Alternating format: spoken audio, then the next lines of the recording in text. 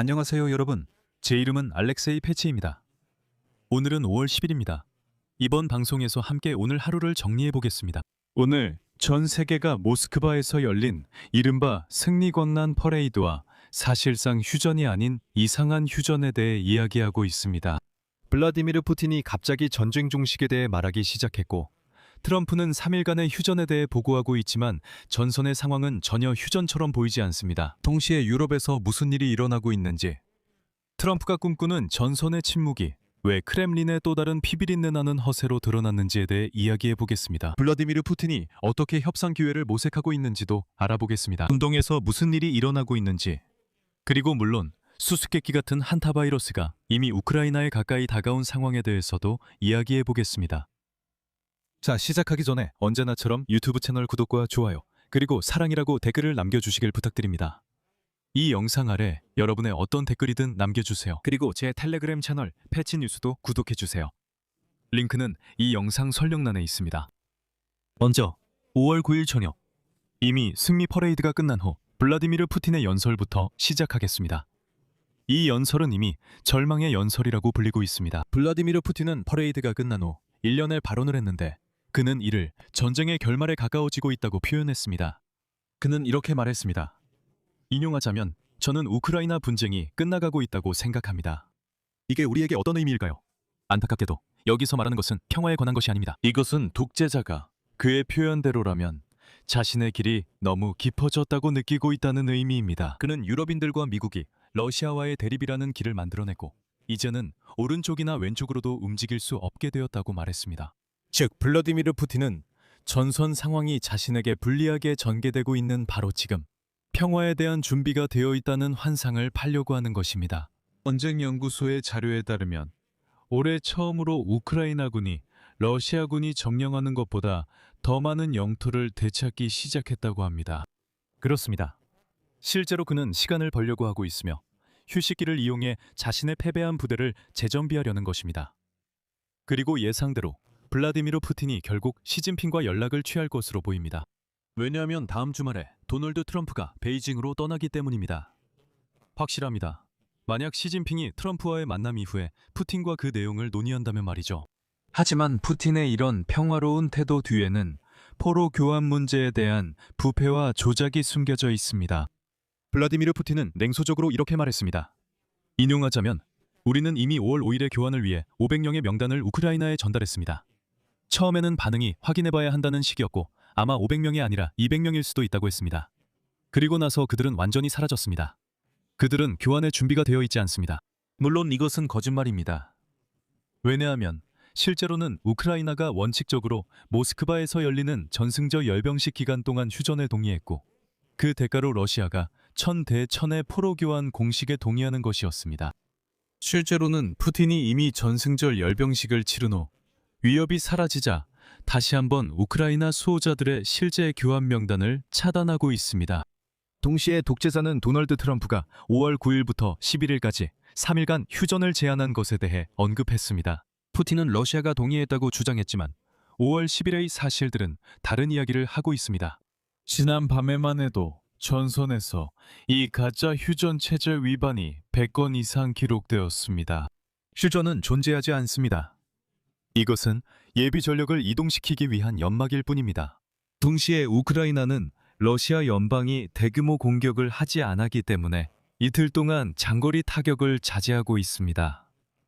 하지만 만약 모스크바가 전면전으로 돌아온다면 키이우도 똑같이 대응할 것입니다. 그리고 이제 우크라이나 대통령 볼로디미르 젤렌스키의 발언을 인용하겠습니다. 오늘 현재까지 대규모 공격이나 미사일 공격, 항공 공격이 없었다는 점이 다행입니다. 하지만 전선 지역과 전선 인근 지역 사회에서는 평온함이 없었습니다. 러시아군은 주요 방향에서 계속 공격적인 활동을 벌이고 있습니다. 포격과 드론 공격, 전선에서 다양한 공격도 있었습니다. 네, 그리고 이어서 젤렌스키는 우크라이나가 똑같이 대응할 것이라고 말합니다. 러시아인들이 전면전으로 돌아가기로 결정한다면 우리도 마찬가지로 전면전으로 돌아갈 것입니다. 그리고 앞으로는 러시아 후방 깊숙한 곳까지 장거리 타격이 더욱 강화될 것이라고 했습니다. 이런 상황에서 오늘 뉴욕타임스는 푸틴의 나약함을 드러낸 퍼레이드는 취약한 순간을 부각한다는 제목의 기사를 내놓았습니다.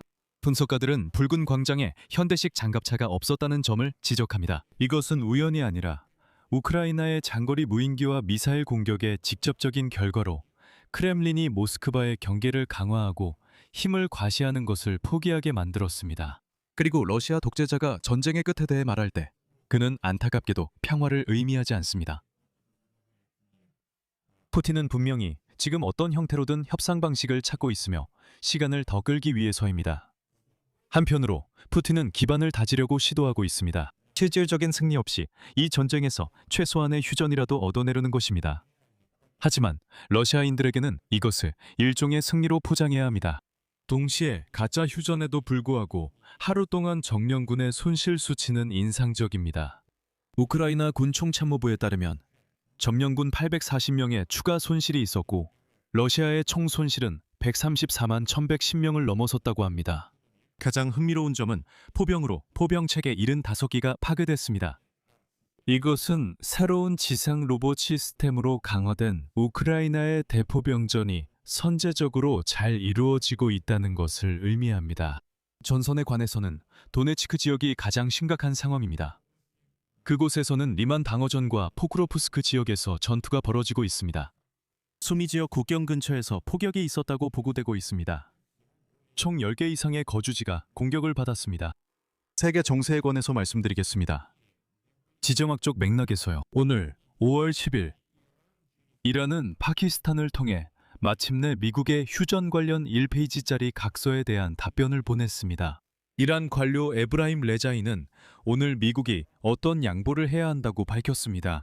하지만 이란 측의 제안에 대한 구체적인 내용은 아직 알려지지 않았습니다. 하지만 흥미로운 점은 카타르, 사우디아라비아, 터키, 중국을 포함한 다른 국가들이 이란인들과 긴밀하게 접촉하고 있다는 것입니다. 이란 외교부 장관과 협의하기 위해서입니다. 이 모든 국가들은 합의가 반드시 필요하다고 주장하고 있습니다. 왜냐하면 호르무즈 해협의 지속적인 봉쇄가 이들 모든 국가에 치명적인 영향을 미치고 있기 때문입니다. 하지만 흥미로운 점은 오늘 미국과 이란과의 협상 이후 카타르가 이란과의 전쟁이 시작된 이후 처음으로 액화 천연가스 LNG 운반선을 호르무즈 해협을 통해 공개적으로 통과시킬 수 있었다는 것입니다. 이것은 점진적으로 지역에서의 공급이 재개되고 있음을 의미할 수도 있고 또는 카타르가 자신을 위해 특정한 특혜를 얻어냈다는 것을 의미할 수도 있습니다. 그리고 카타르는 현재 미국과 이란 사이의 핵심이자 사실상 비공식적인 중재자라고 할 수 있습니다. 다시 말씀드리자면 호르무즈 해협의 상황은 여전히 위기 상태입니다. 미국 해군은 전날 봉쇄를 뚫으려던 이란 선박 2척을 공격했습니다. 이에 대한 대응으로 이란은 아랍에미리트의 미사일 공격을 시작했습니다. 그리고 오늘 이란은 다시 한번 자신들이 공격했다고 밝혔습니다. 미국 내 소식도 놀라운 점이 많습니다. 이 부분에 대해서는 조금 더 깊이 들어가 볼 필요가 있습니다. 그리고 바로 말씀드리자면 미국에 살지 않는 분들에게는 이 주제가 멀게 느껴질 수 있습니다. 하지만 그렇지 않습니다. 이 일은 분명히 여러분 모두에게 영향을 미칠 것입니다. 오늘 미국의 모든 주요 언론, 뉴욕타임스를 비롯해 폴리티코까지 워싱턴에서 벌어진 주요 인사 스캔들을 집중적으로 다루고 있습니다. 도널드 트럼프는 공식적으로 식품의약국 국장 마틴 메카리를 해임하는 명령을 준비하고 있습니다. 백악관이 밝힌 공식적인 이유는 새로운 의약품 인증 속도에 대한 불만과 관료적 방해 때문입니다. 이 점을 기억해 두세요. 여기서 영상을 끄지 마세요. 이 내용은 여러분과도 관련이 있습니다. 마카리 박사는 미국 내 의약품 가격에 대한 통제를 강화하려 했고 이것이 빅파마 로비스트들의 분노를 불러일으켰습니다. 사실 공화당의 최대 후원자들이 트럼프에게 최후 통첩을 내렸습니다. 마카리가 물러나지 않으면 중간 선거에서 공화당의 선거 자금 지원이 줄어들 것이라는 것이었습니다. 게다가 마카리는 트럼프와 국제사회에서 강압적 수단을 사용하는 문제에 대해 여러 차례 내부적으로 논쟁을 벌이기도 했습니다. 예를 들어 의심스러운 약품에 대한 비합리적인 허가나 가격의 급격한 인하 같은 것들입니다. 하지만 도널드 트럼프는 이 모든 이야기를 새로운 팬데믹 위협과 한타 바이러스라는 주제로 포장했습니다. 오늘 테네리페에서는 한타바이러스 발생으로 인해 크루즈선 승객들의 대규모 대피가 계속되고 있습니다. 세계는 새로운 전염병에 겁을 먹었고 마카리 씨는 미국 내 주요 규제기관의 소장으로서 지나치게 신중한 태도를 보였습니다. 이 한타바이러스에 대한 실험용 백신의 신속한 승인에 대해 신중한 입장을 취했습니다. 여기서는 전 세계 언론이 이 바이러스에 대한 백신이 없는 이유가 관료주의의 느림과 실험을 감행하지 않으려는 태도 때문이라고 말하고 있습니다. Вот, и 여기서 중요한 점은 미국에서 실험용 백신이 신속 승인되면 곧 전 세계로 퍼질 것이라는 것입니다. 알고 보니 이 한타바이러스가 우크라이나에 가까워졌다고 합니다. 폴란드에서는 한 사람이 오늘 테네리페에서 대피한 혼디우스호 승객과 접촉했을 가능성 때문에 격리 조치되었습니다. 바로 그 배에서 한타바이러스가 발생했습니다. 혼디우스에는 폴란드인 선정이 한 명 있었습니다. 마지막으로 한타바이러스는 야생 설치류로부터 사람에게 전염되는 위험한 질병군이라는 점을 말씀드리겠습니다. они могут вызвать геморрагическую. 신장 손상을 동반한 열병과 중증폐 증후군입니다. 이 바이러스는 사람 간에는 전염되지 않는 것으로 보이며 대부분 감염된 설치류의 배설물이 섞인 먼지를 흡입함으로써 감염됩니다. 하지만 문제는 예전에는 이 바이러스가 사람에게 전염되지 않는다고 여겨졌다는 점입니다. 여러분, 여기서 잠시 말을 멈추겠습니다. 하지만 이 유튜브 채널의 우크라이나어 시청자분들께 제가 우크라이나어로만 진행되는 새로운 유튜브 채널을 만들었다고 말씀드리고 싶습니다. 그곳에서는 매일 저녁 지나가는 하루를 정리하면서 특히 우크라이나의 이슈에 초점을 맞추어 이야기를 나눕니다. 그래서 이 영상의 고정 댓글과 설명란에 링크를 남겨두겠습니다. 새로운 우크라이나어 유튜브 채널의 링크입니다. 우크라이나어로 뉴스를 보고 싶으시다면 들어가서 구독해주세요. 이 영상 아래 댓글에 여러분의 의견과 생각을 남겨주시고 이 유튜브 채널도 꼭 구독해주시고 영상에 좋아요도 눌러주세요. 그리고 이 유튜브 채널의 활동을 지원하고 싶으시다면 어떤 형태로든 후원이나 유료 멤버십 가입을 통해 금전적으로 도와주실 수 있습니다. 이 영상 설명에 있는 링크와 계좌 정보 또는 화면에 보이는 QR코드를 통해 참여하실 수 있습니다. 오늘은 여기까지입니다. 건강 조심하세요. 모두 안녕히 계세요.